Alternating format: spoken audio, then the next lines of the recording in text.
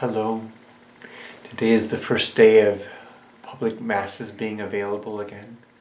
I know for many of you that will be an opportunity to really partake in the Eucharist once again with great delight. I know others of you will be heading to Mass this Sunday, but I also am aware that some of you will continue to stay quarantined in your home for safety and different things, which is fine. But with that, there can even be an isolation of knowing other people are going and I'm not. But the Lord will be with you. Yesterday we celebrated the Good Shepherd, this image of Jesus as the Good Shepherd. I wanted just to stay there a little bit longer. It's a powerful, beautiful image. In fact, it's interesting. In the very early church, very early, we find the first depictions of Christian art. We sometimes will see a fish and bread. We certainly hear about that as Jesus multiplies these. One of the earliest images that we find is that of Jesus the Good Shepherd. It's an interesting image. Thinking of a church that was greatly persecuted, they saw in Jesus a protector, a comfort, that even when they walked in the dark valley, they had nothing to fear. The passage we read yesterday on Sunday is a beautiful passage that introduces us in a sense to the Good Shepherd. But in John chapter 10, it goes on. In fact, the daily reading for today is just that. It's this reading that continues on about the Good Shepherd. And it has my favorite part in it. So I wanted to share that with you. Perhaps it's my favorite part because it was a place where the Lord touched me. It was actually on retreat, one of the first retreats, maybe the first retreat I took as a priest. And the Lord really spoke to me in beautiful ways through this one passage, so I just wanted to share it with you a bit. I am the Good Shepherd, and I know mine, and mine know me, just as the Father knows me, and I know the Father. And I will lay down my life for the sheep. This whole sense of the Lord knowing His sheep and His sheep knowing Him. It's a beautiful thing. Love is all about knowing.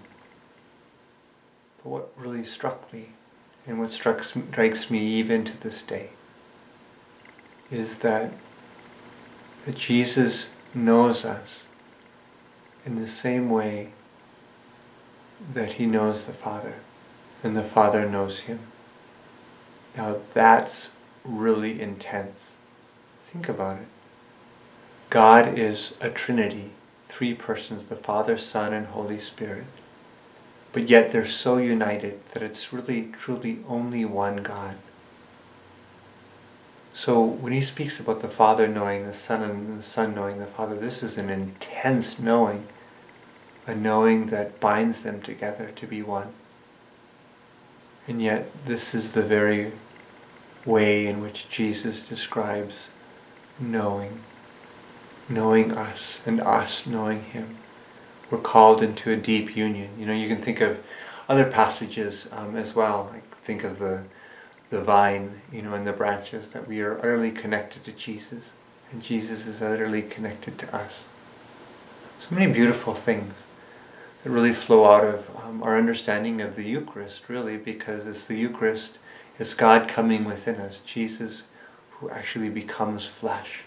His body, blood, soul, and divinity is in the Eucharist, and this Eucharist then comes to us. And we, in a sense, then through the Eucharist enter into Jesus. It's this really binding of one to the other. So a lot of beautiful things. So I want to just show you, maybe as an image to end, just this, the Good Shepherd. Here, a very early image of the Good Shepherd. Maybe just look upon Jesus and think about how He knows you and how you know Him and how you're called to even a greater knowledge. One of the things we greatly long for is to be known. Let God know you.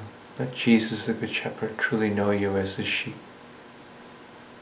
And may you come to know him.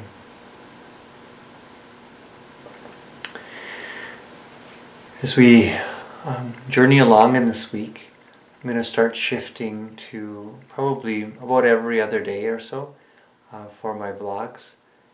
I said that once we began opening things up that I would begin to deviate from my vlogs, and so I'll probably begin doing that at this point, just because I probably won't have the time to be able to do that with the masses and the planning and those things that take place.